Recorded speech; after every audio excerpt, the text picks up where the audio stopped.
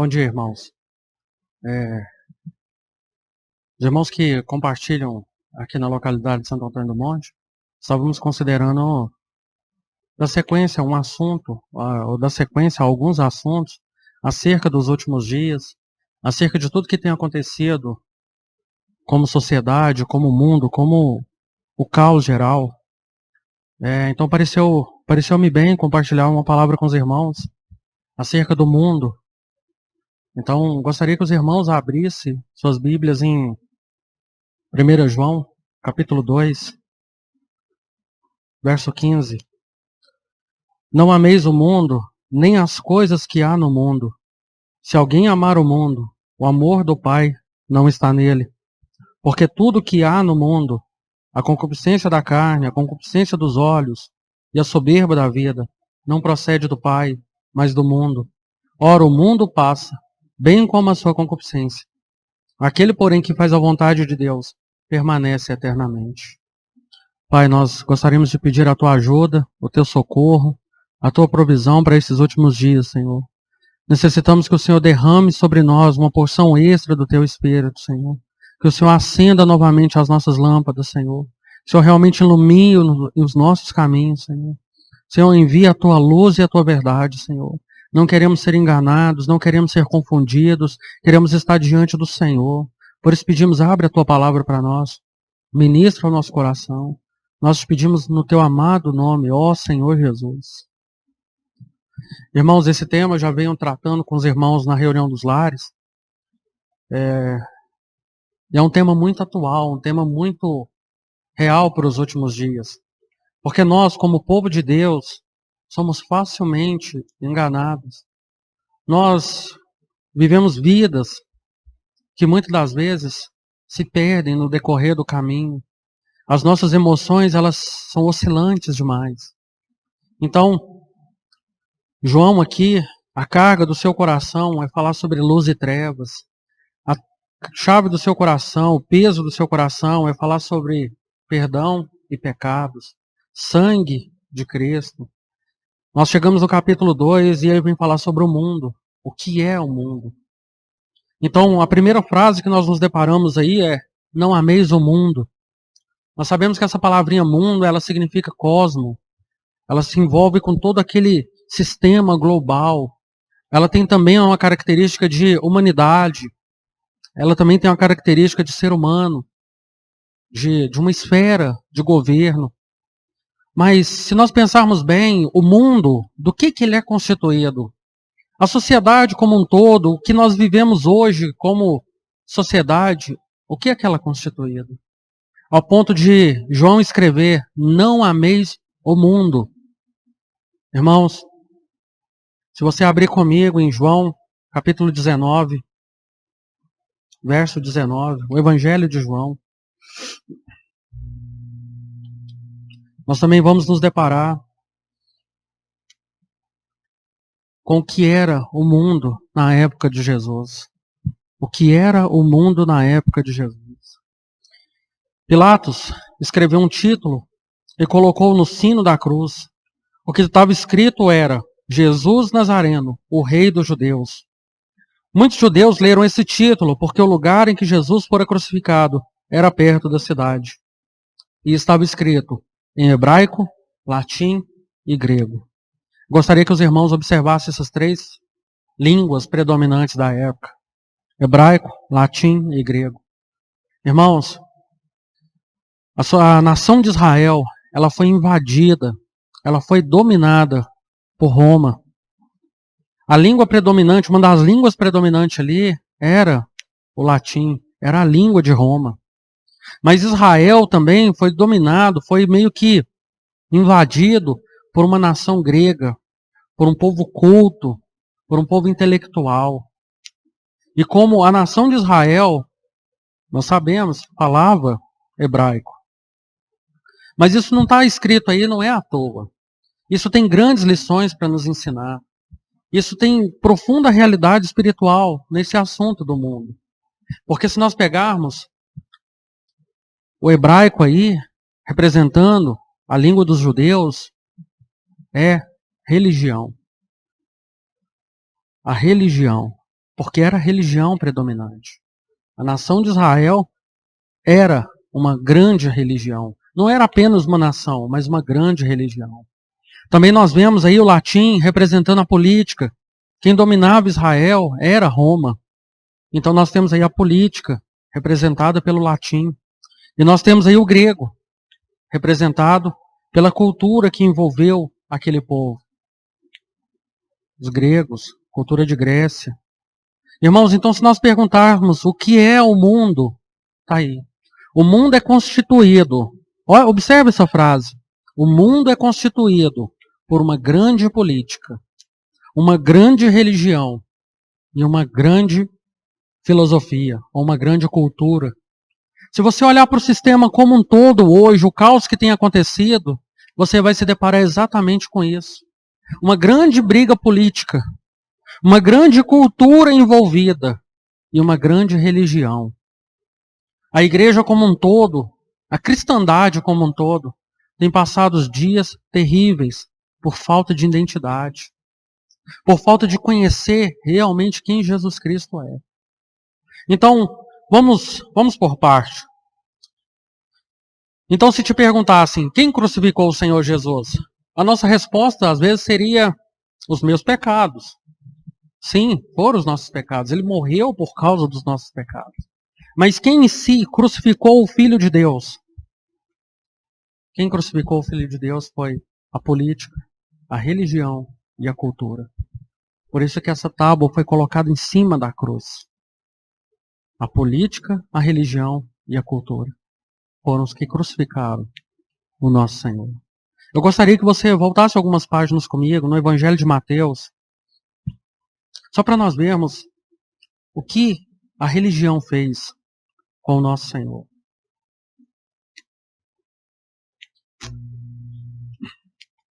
Mateus capítulo 26, verso 57. E os que prenderam Jesus o levaram à casa de Caifás, o sumo sacerdote, onde se haviam reunidos os escribas e os fariseus. Aqui nós temos uma cena. Após eles terem pegado o nosso Senhor no jardim do Getsêmani, eles o levaram à casa de Caifás, que era o sumo sacerdote. Era a autoridade máxima da religião. Era o representante do povo diante de Deus. Mas Pedro o seguiu de longe, até o pátio do sumo sacerdote. E tendo entrado, assentou-se entre os serventuários para ver o fim. Ora, os principais sacerdotes e todo o sinédrio procuravam algum testemunho falso contra Jesus, a fim de o condenar à morte. E não chegaram, e não acharam, apesar de terem apresentado muitas testemunhas falsas. Mas afinal apareceu duas, afirmando: esse diz, posso destruir o santuário de Deus e reedificá-lo em 3 dias. Levantando-se o sumo sacerdote, perguntou a Jesus: nada respondes aos que depõem contra ti? Jesus, porém, guardou silêncio. E o sumo sacerdote lhe disse: eu te conjuro pelo Deus vivo, que nos diga se tu és o Cristo, o Filho de Deus. Respondeu-lhe Jesus: tu o dissestes. Entretanto vos declaro que desde agora vereis o Filho do Homem assentado à direita do Todo-Poderoso, vindo sobre as nuvens dos céus. Então o sumo sacerdote rasgou as suas vestes, dizendo: blasfemou. Que necessidade mais temos de testemunhas? Eis que ouvistes agora a blasfêmia. Que vos parece? Responderam eles: é réu de morte. Então uns cuspiram-lhe no rosto e lhe davam murros, e outros os esbofeteavam, dizendo: profetiza-nos, ó Cristo, quem é que te bateu? Oh, amado irmão, amada irmã, às vezes você pode estar se perguntando: por que eu estou lendo esse texto? O que é a religião para você? O que é ser um religioso? Às vezes nós pensamos que nós não somos religiosos. Às vezes nós pensamos que nós somos cristãos, não somos religiosos. Mas, irmãos, a religião ela está impregnada no nosso coração. A religião, ela é o ópio do povo. Às vezes você se contenta, meu amado irmão, minha amada irmã, em apenas participar de algumas reuniões. Às vezes você se contenta em apenas cumprir algumas coisas. E é exatamente isso que estava acontecendo. Nós sabemos que o nosso Senhor Jesus, quando ele andou nessa terra, ele não veio apenas para cumprir a lei, ele veio para superelevar a lei. A lei dizia, se você adulterar, você está sujeito à morte. O Senhor Jesus escreveu, o Senhor Jesus nos disse, que se alguém olhar com intenção impura no coração, ele já adulterou. O Senhor, ele superelevou a lei. Ele não apenas a cumpriu, como ele superelevou. Mas o que a religião faz? A religião quer concentrar todas as coisas, batê-la no liquidificador e falar, toma, bebe. É apenas isso. É apenas fazer determinada coisa ou deixar de fazer determinada coisa. E muitos de nós podemos estar enganados no nosso coração e vivendo uma verdadeira religião. Sabe o que mais que a religião nos mostra? É que ela está baseada apenas na hipocrisia. Nós sabemos que Anás, Caifás, que eram os sumos sacerdotes da época, eram a autoridade máxima do povo, eles eram hipócritas. O Senhor condenou a hipocrisia dos escribas e fariseus. O Senhor condenou a hipocrisia. O que é ser um hipócrita? Hipócrita é ser um ator. Hipócrita é viver uma vida de ator. É você achar que está servindo a Deus na frente das pessoas, na frente das coisas, das situações. Isso é hipocrisia, meu irmão, minha irmã. Diante desse quadro que nós temos hoje na humanidade, sabe o que nós nos deparamos? Que o nosso coração é hipócrita. Muitos de nós aqui estamos sem reunir como congregação. Muitos de nós estamos sem participar de um culto congregacional, onde nos reunimos juntos, partimos o pão junto. A pergunta é, como está o teu coração? Você tem desfrutado da presença de Deus? Você tem buscado a presença de Deus? Você tem lido a palavra de Deus? Você tem tido comunhão com o Senhor? Ou não? A sua vida se centrou em apenas reuniões. Isso simplesmente mostra a religião do nosso coração. Já que nós não estamos indo na reunião, então estou livre. Muitos de nós achamos assim, irmãos, desculpa me falar. Foi no domingo, já está bom. Nós não fazemos compromissos sérios com o Senhor. Nós não temos decisões reais com o Senhor. Nós somos superficiais. Outra base que a religião se constitui é a esfera apenas de conceitos e ordenanças que outros nos transmitiram. Não é algo real. Não foi aquilo que Deus ministrou ao seu coração. Irmão, minha irmã, no dia que o Senhor romper os céus, muitos de nós não o conheceremos porque ficamos presos na religião. No dia que o Senhor romper os ares, descer como as nuvens, muitos de nós seremos facilmente enganados. A própria palavra de Deus nos afirma que virão muitos dizendo, eu sou o Cristo, e enganarão a muitos. Por que enganarão? Porque nós estamos presos em religiões, estamos presos em conceitos, em dogmas. O outro aspecto da religião é que ela se levanta e defende causas. Ela defende um ponto de vista, um ponto de interpretação, defende uma doutrina específica. Oh, meu irmão, minha irmã, nós não somos chamados para defender causas. Nós não somos chamados para defender pontos de interpretação. Nós não somos chamados para defender escolas de teologia. Nós somos chamados para defender a Cristo. Nós somos chamados a olhar para o Cordeiro, a contemplar o Cordeiro, a seguir as suas pisadas. Esse é o nosso chamado, meu irmão e minha irmã.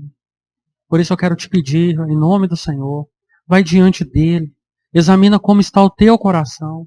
Se você tem vivido uma religião, se você tem sido um hipócrita diante do Senhor, se você tem servido o Senhor apenas na aparência, apenas para agradar aos homens. Às vezes nós nos deparamos isso. Há pouco tempo sentei com os pré-adolescentes e falei com eles, como está o teu coração, jovem? Qual é o motivo que você vem numa reunião?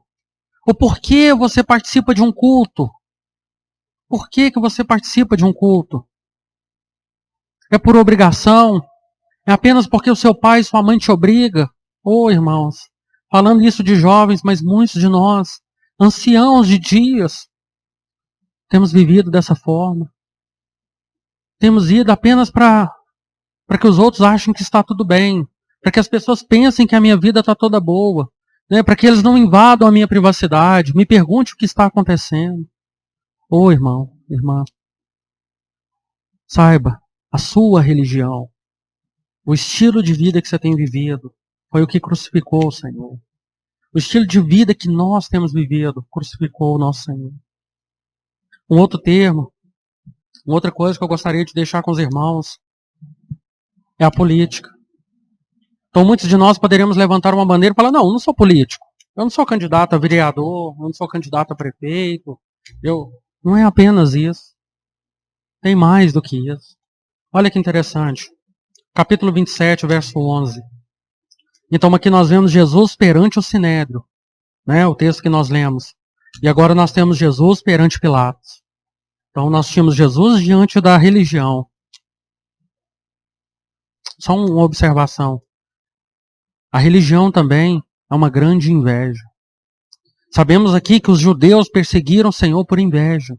Por inveja queriam matar o Senhor, porque ele fazia mais, ele curava, ele falava com autoridade. Ô irmãos, você quer saber se você é um religioso? Você sente inveja dos irmãos? Você sente inveja daquele irmão que avançou mais com o Senhor?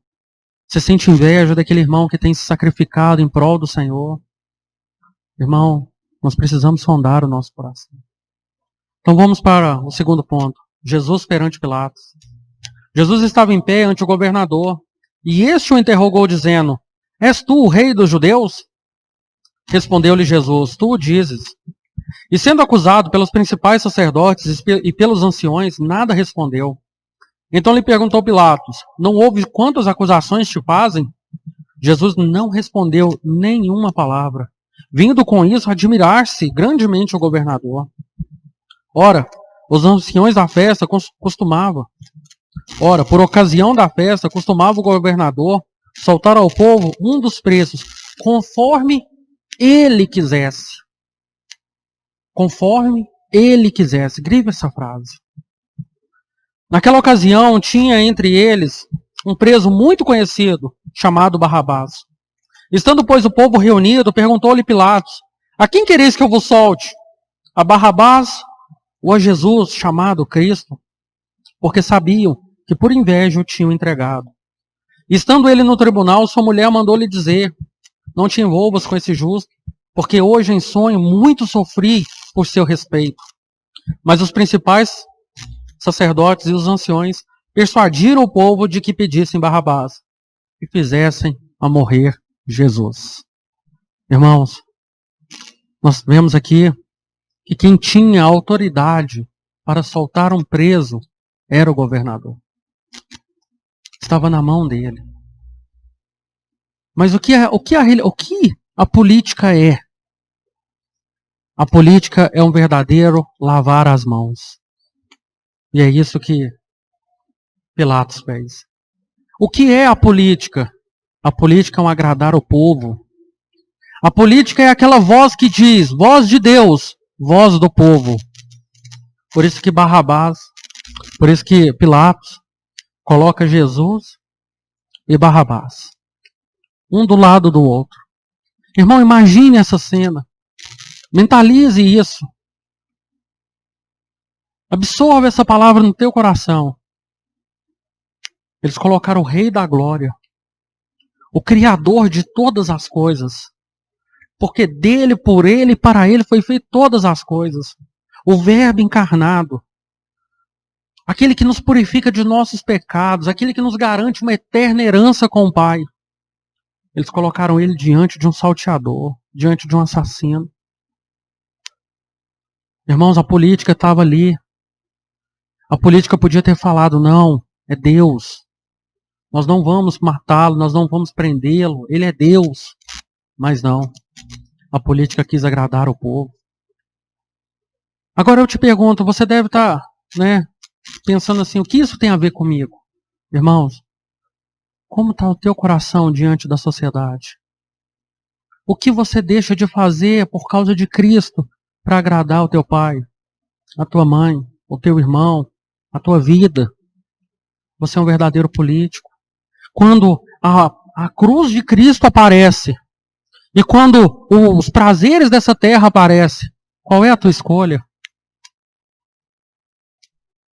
O Senhor Jesus, ele foi extremamente divisivo. O Senhor, ele não aceita dividir a sua glória com ninguém. O Senhor, ele não aceita dividir sua glória com ninguém. A palavra do Senhor Jesus é assim: se alguém amar seu pai, sua mãe, sua vida, mais do que a mim, não é digno de mim.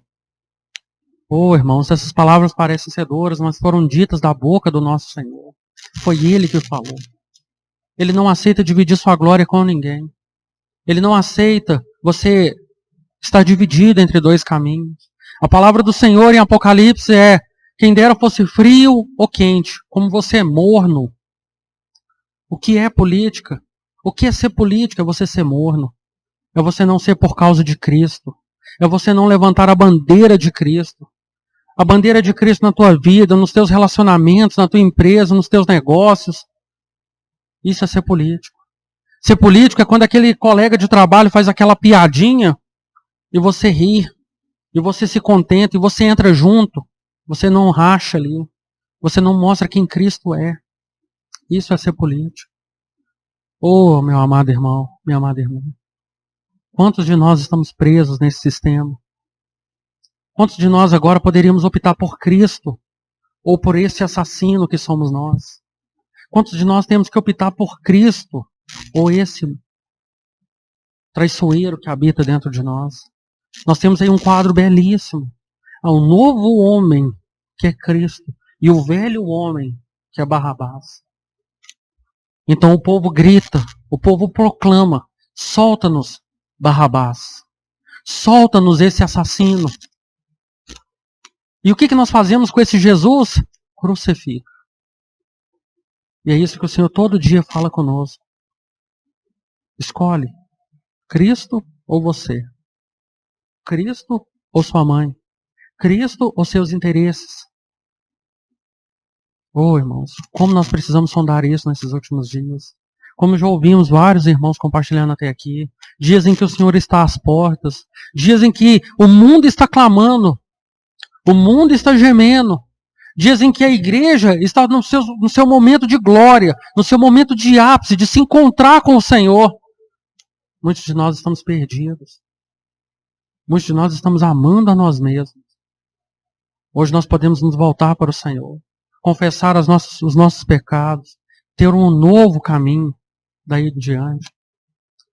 Então, se nós continuarmos, verso 21, de novo lhe perguntou o governador: qual dos dois quereis que eu vos solte? Responderam eles: Barrabás. Replicou-lhes Pilatos: que fareis então de Jesus chamado Cristo? Seja crucificado. Responderam todos. Que mal fez ele? Olha as perguntas de Pilatos. Que mal fez ele? Porém, cada vez clamavam mais: seja crucificado. Vendo Pilatos que nada conseguia, antes pelo contrário, aumentava o tumulto, mandou vir água e lavou as mãos perante o povo, dizendo: estou inocente do sangue desse justo. Fique o caso convosco. Um outro ponto de ser político, sabe o que é? É você não ter a causa de Cristo. Você lava as mãos para tudo enquanto que é assunto. Você não se envolve. Você não levanta o estandarte do Senhor. Você lava as mãos para as coisas. Lavar as mãos quer dizer não estou nem aí. Lavar as mãos é não vou me comprometer. Não vou me envolver. Irmãos, aqui na congregação, nós somos mais de 200 irmãos. Irmão, como você se compromete com a casa de Deus? Como você se compromete com as reuniões? Como você se compromete com os jovens, com os adolescentes, com os casais? Como você se envolve na vida da igreja? Ou você tem lavado suas mãos? Você tem falado, não estou nem aí. Esse assunto é dos irmãos mais velhos. Esse assunto aí é dos irmãos que compartilham. Ah, não, isso aí é a responsabilidade do louvor. Ô, irmão, não, é a tua e a minha responsabilidade. Nós somos chamados a nos envolver. Nós somos chamados a defender a causa de Cristo. Nós somos chamados a ter um envolvimento uns com os outros. Ô, irmãos, nesses dias de caos, é isso que o Senhor quer nos ensinar. O Senhor quer nos ensinar a pegar o nosso telefone e ligar para o irmão. Irmão, como tu tá? Como você tem passado? Tem te faltado algo, irmão? Você tem orado pelos mais velhos? Sabemos que essa enfermidade ataca os mais velhos. Você tem tido uma carga pelos mais velhos? Você tem pedido ao Senhor o cuidado, a proteção, a bênção do Senhor, ou não te importa? Você está mais preocupado com os teus interesses. Você está mais preocupado com os teus interesses. Irmãos, nós precisamos sondar o nosso coração diante do Senhor, diante da sua bendita palavra. Você quer sair desse contexto de religião? Tome a causa de Cristo. Paulo, ele falava, por esta causa eu esmurro meu corpo. Por essa causa eu me ponho de joelhos. Por essa causa. Que causa é? Se você ler Efésios, você vai ver claramente. A causa é o corpo de Cristo. A causa é a igreja. São os irmãos. São os muitos membros do corpo do Senhor. Essa é a causa que nós temos que defender. Pare de defender seu time. Pare de defender sua política. Pare de defender seu partido. Isso não importa. Isso vai te levar para as trevas. Defenda a causa de Cristo. Defenda a causa do Evangelho. É isso que o Senhor nos chama. Não lave suas mãos, irmão. Isso importa sim. A sua opinião importa sim. O que você tem a ajudar, a cooperar, importa sim. Não pense que você é um inferior. Pelo contrário, é o Senhor que te chama a servi-lo. É um convite do Senhor para você. É um convite do Senhor para você. E é interessante que o povo clamou: caia sobre nós e sobre os nossos filhos o sangue deste. Caia sobre nós e sobre os nossos filhos. E nós sabemos que realmente o Senhor fez cair. Vemos ali aquela grande cena onde os judeus foram perseguidos por Hitler. O grande holocausto que houve ali. Era exatamente se cumprindo isso. O sangue do Filho de Deus sendo requerido das mãos daqueles que o entregaram à morte. Agora o último aspecto é o aspecto da cultura. É o aspecto da sociedade como um todo. Irmãos, como nós vemos isso claramente. Às vezes você pode não ser tão religioso assim. Às vezes você não vai ser tão político assim. Mas, irmãos, está aqui uma coisa que é tão perigosa. Chama-se cultura. Chama-se sociedade. Chama-se nível social, classe social. Irmão, irmã. Como nós vemos isso na igreja. Como nós vemos isso no meio dos irmãos. Pessoas que andam, que professam Cristo, mas andam pior do que o mundo. Professam Cristo, mas fazem coisas que até o mundo se escandaliza. Irmãos, até o mundo se escandaliza com a tua atitude. Com os teus amigos, com os teus relacionamentos. Você que professa ter Cristo no seu coração, você ouve o que o mundo ouve. Você bebe o que o mundo bebe. Você fuma o que o mundo fuma. Você vive o jeito que o mundo vive. Que cristão é você? Que cristão é você? Talvez você ache que isso é normal. Isso não é normal, irmão. Paulo vai escrever N textos, mas muitos textos, para falar qual é a nossa conduta nessa terra. Para falar qual é o nosso estilo de vida nessa terra. O Senhor Jesus mesmo deixou tantas coisas escritas. Tantas coisas escritas. Irmão, você não é chamado para isso. Você é chamado para condenar o mundo. Você é chamado para ser uma luz no meio das trevas. Essa cultura nos envolve, ela nos prende. Talvez olhando num contexto geral, hoje é cultural. Hoje é cultural você ter a casa X. Se você for trabalhar e adquirir para ter uma casinha, o próprio pedreiro, o servente, o dono do depósito vai falar, não, só peraí. Vamos, né? Você aperta aqui, aperta ali, você constrói a casa Y. Hoje é cultural, o carro X. O carro já não é um meio mais de locomoção, o carro é um meio de status. Talvez você ache duro eu falando isso com você, mas como está o teu coração? Como você tem vivido? Você tem vivido apertado para manter um padrão Y? O limite do cheque especial já estourou para você manter aquele padrão? O cartão de crédito você já renegociou para poder manter aquele padrão? Irmão, irmã, isso está te levando para o buraco. Isso está te levando para o buraco. Nós precisamos abrir mão daquilo que se diz cultural. Há pouco tempo conversava com um jovem e ele confessava para mim que tinha ainda alguns ídolos no seu coração, ídolos da música. E pela graça do Senhor eu pude ajudar esse jovem a entender o que esses ídolos são. Irmãos, esses ídolos são grandes representantes de Satanás, grandes príncipes de Satanás, que arrastam multidões atrás dos seus trios elétricos. Eles não são filhos de Deus. São grandes príncipes de Satanás. Então, se nós pegarmos aí homossexualismo, nós temos aí o Pablo Vittar como seu representante. Se nós pegarmos aí sertanejo, nós temos aí o Gustavo Lima como seu grande representante. Por que estou falando isso? Talvez não é o seu caso, mas saiba que no nosso meio tem pessoas que são presas por isso. Tem pessoas que amam isso. Tem pessoas que se devotam a esse tipo de coisa chamada música. Ô irmão, irmã, eles são apenas representantes do diabo. Vieram para te enlaçar, vieram para te prender, vieram para dizer para você que sexo fora do casamento, sexo de toda e qualquer espécie é normal. Eles vieram para falar que traição é normal, que chifre, né, ser traído, corno é normal. Não é, meu irmão, minha irmã. Você está preso no laço do diabo. Você está sendo enganado por essa cultura. Você está sendo iludido por essa cultura. Você vai viver isso até quando, irmão? O chamado do Senhor hoje é arrepende-te e volta ao primeiro amor. Arrepende-te e volta à consagração genuína. Os dias que antecedem a vinda do Senhor podem ser dias gloriosos na presença dEle. Você pode desfrutar de uma comunhão íntima com Ele, de um algo real com Ele. Abandona, irmão, esses pecados. Abandona essas práticas. Irmão, dói, eu sei. Está impregnado em nós. Nesse assunto da cultura tem tanta coisa a falar, mas muita coisa a dizer. O tempo realmente nos faltaria aqui. O Senhor, Ele condena tantas coisas que nós fazemos, irmãos. O Senhor, Ele não se agrada. Ele não se agrada o tempo que trabalhamos. Ou trabalhamos demais, ou trabalhamos de menos. Isso é cultural. Hoje nós abrimos mão das reuniões em prol do trabalho.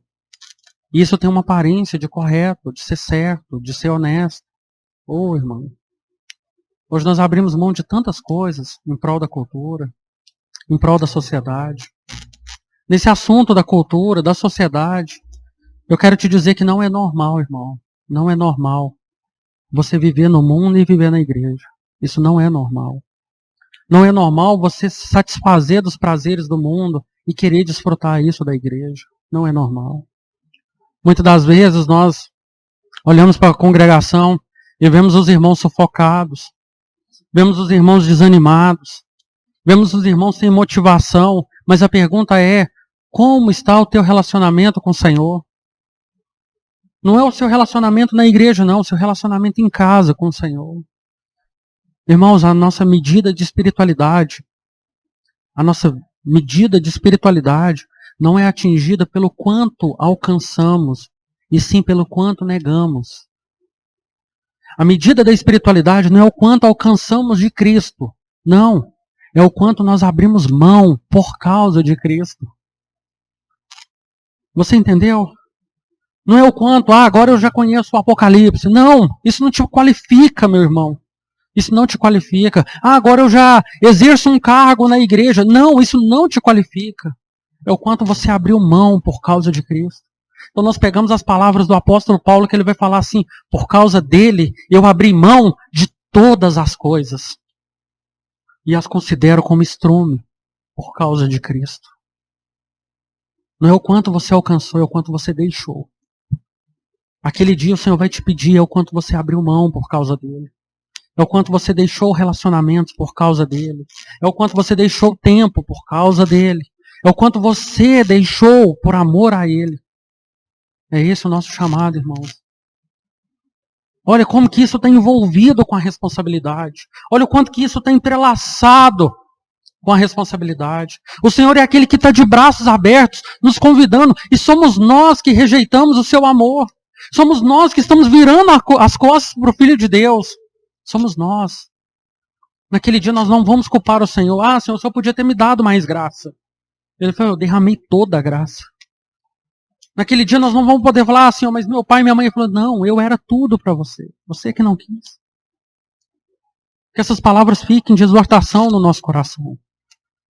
Agora, só para finalizar, por que eu estou usando esse texto? Política, religião e cultura. Irmão, irmã, talvez isso tenha passado desapercebido no teu coração. Mas o mundo como um todo, ele está clamando por uma figura, por apenas um homem, por apenas uma identidade que há de reger a religião, a política e a cultura. E o seu nome é Anticristo. O seu nome é Anticristo. O mundo está clamando por alguém que venha e ajuste a economia. O mundo está clamando por alguém que venha e ajuste a política.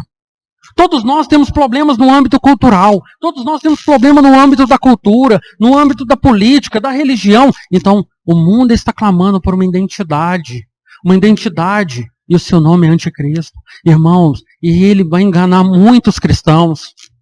Muitos de nós seremos facilmente enganados por essa figura. Então, se você já é preso aí na religião, ele vai te enganar.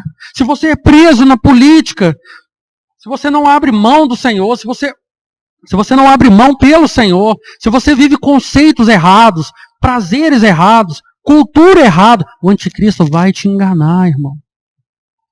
Você é uma presa fácil para ele. Lembre-se disso. Satanás ruge como um leão, buscando a quem possa tragar. O leão, ele não vai no mais forte do bando, não. O leão, ele não pega o boi mais velho, o boi mais maduro, o boi mais forte. Ele pega as crianças, os bebezinhos na fé. Satanás vai pegar os bebezinhos na fé. Satanás vai pegar os bois cansados. Satanás vai pegar aqueles irmãos que já estão cansados, aqueles irmãos que estão doentes na caminhada. Irmão, acorde, desperte do teu sono. Desperta do teu sono. O Senhor, Ele quer derramar sobre você unção, graça, poder. Satanás vai vir e vai pegar os cansados, os desanimados, os desiludidos. Irmão, mas se você está iludido, não é com Cristo. Se você está enganado, não é com Cristo. Você está enganado com você mesmo. Você está enganado com a religião a qual você professa. Mas com o Senhor não há engano. Ele é a verdade. Ele não contém a verdade. Ele é a verdade. Ele não indica o caminho. Ele é o caminho. Basta apenas nos voltarmos para Ele. Basta apenas nós queremos a pessoa dEle. Os nossos caminhos serão endireitados. As nossas veredas serão consertadas, irmão. Irmã, nesses dias que antecedem a vinda do Senhor, apresente-se a Ele. Apresente-se a Ele com um coração sincero, em plena certeza de fé. O autor aos Hebreus vai escrever para nós, desembaraçando-nos de todo o peso. Olha que expressão interessante. Desembaraçando-nos. É como aquele gato, aquele gatinho que brincou com o novelo de linha e se embaraçou todo. Irmãos, muitos de nós estamos assim. Talvez essa seja a minha condição, a tua condição. Muitos de nós, com os cuidados dessa vida, nós estamos meio que embaraçados. Fizemos compromissos a longo prazo, fizemos tratos, temos contas a pagar. Então nós estamos aí meio que presos nesse novelo de linha, chamado cuidados dessa vida. Irmãos, mas a ordem do Senhor é desembarace, saia, tire todo esse negócio, resolva o que você conseguir resolver, acerte o que você consegue acertar, mantenha uma vida na simplicidade de Cristo. Mantenha-se uma vida na simplicidade de Cristo. Você não foi chamado para ser da Universal, você foi chamado para ser cristão. Você não foi chamado para ter um status tal, você foi chamado para ser cristão, para defender a causa de Cristo. Então ele continua desembaraçando-nos de todo peso e do pecado, que tenazmente, irmãos, muitos irmãos aí, tenazmente, aquele garfo, aquele grande garfo que era colocado o ferro no fogo. É um grande garfo que eles poderiam colocar uma barra de ferro no fogo para poder amolecer. O pecado faz isso, o pecado pega as nossas vidas e nos coloca no fogo, desembaraçando de todo o peso e do pecado que tenazmente nos assedia, e corramos com perseverança, olhando firmemente para o Senhor. Amém, irmãos? Deixa essa palavra de exortação para os irmãos, para mim. O tempo está próximo, o Senhor está às portas. Precisamos resolver a nossa vida com o Senhor. Não é tempo de brincar.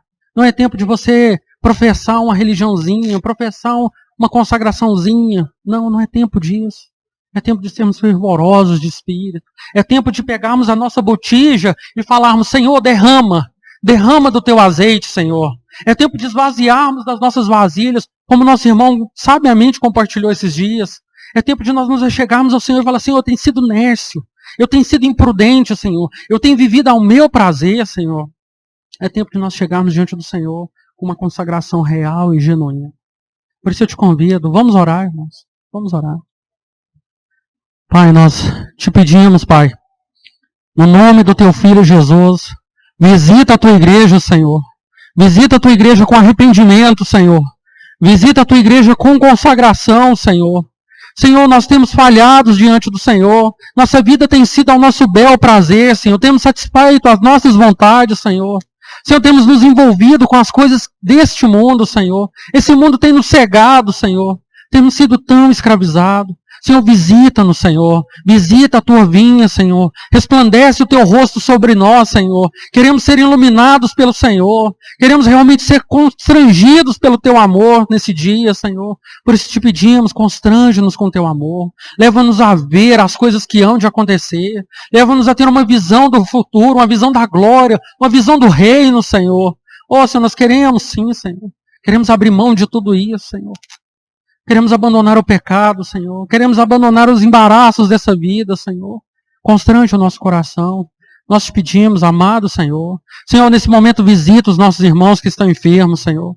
Nesse momento visita os nossos irmãos idosos, Senhor. Senhor, visita aqueles irmãos que estão fracos na fé, Senhor. Fortalece-os na tua presença, Senhor. Senhor, nesse momento nós pedimos ao Senhor pelos nossos filhos, Senhor. Visita a nossa casa, Senhor. Visita a nossa casa com salvação, Senhor. Com transformação, Senhor. Com consagração. Nós te pedimos, Senhor. Vem, visita as nossas vidas, Senhor. Senhor, constrange-nos hoje. Em teu amado nome, ó Senhor Jesus.